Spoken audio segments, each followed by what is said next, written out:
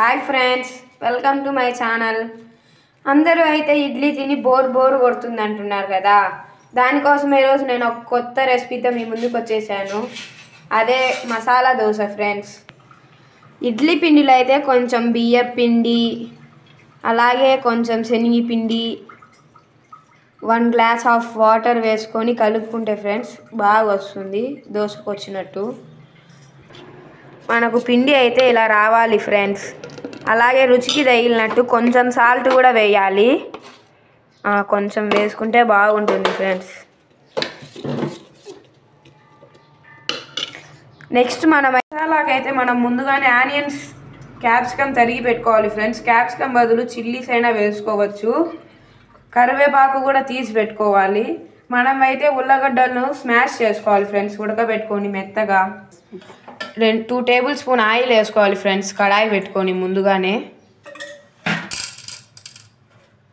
First అయితే మనం ఆవాలు వేసుకున్నాక కుత సౌండ్ వస్తుంది ఫ్రెండ్స్. మినపబ్యాళ్ళు, శనగబ్యాళ్ళు, కొంచెం జీలకర్ర వేసుకోవాలి ఫ్రెండ్స్. దాన్ని నెక్స్ట్ కలుపుకుంటూ ఉండాలి. నెక్స్ట్ అయితే మనం క్యాప్సికమ్ కానీ చిల్లీ కానీ వేసుకోవాలి.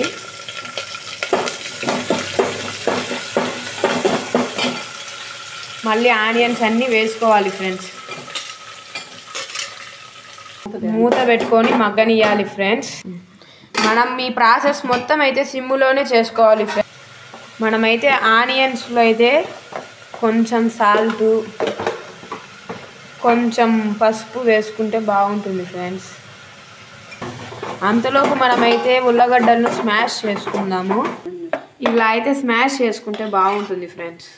అయితే ఇలా అయితే మగ్గాలి ఫ్రెండ్స్. ఆనియన్స్, క్యాప్సికమ్ అన్నీ వేసిన తర్వాత ఇప్పుడైతే మనం ఆ స్మాష్ చేసుకున్న ఉల్లగడ్డను వేసుకోవాలి. బాగా కలపెట్టుకోవాలి ఫ్రెండ్స్. వేసుకుని ఇలా కలుపుకోవాలి ఫ్రెండ్స్. ఇంకా కుర్మా రెడీ అయినట్టే. కానీ ఇంకా మనం లాస్ట్లో 1 నిమిషం మూత పెట్టుకోవాలి ఫ్రెండ్స్.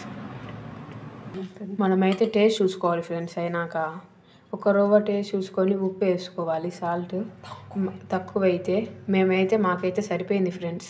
మసాలా రెడీ అయింది ఫ్రెండ్స్. ఇంకా దోశ వేసుకుందాము ఫ్రెండ్స్. మనం దోశకైతే ఇప్పుడు నెక్స్ట్ అయితే మనం దోశను పల్సగా వేసుకోవాలి, వీడియోలో చూపిస్తున్నట్టు.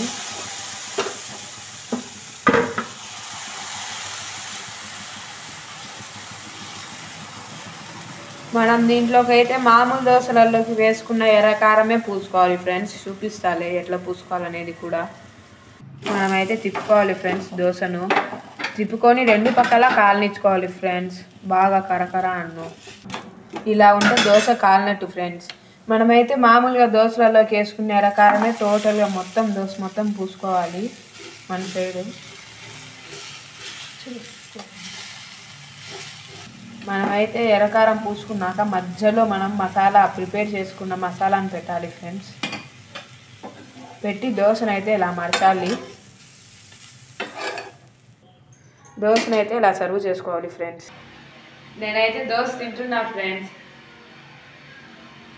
సూపర్ వచ్చింది ఫ్రెండ్స్ టేస్ట్ అయితే. Bye bye.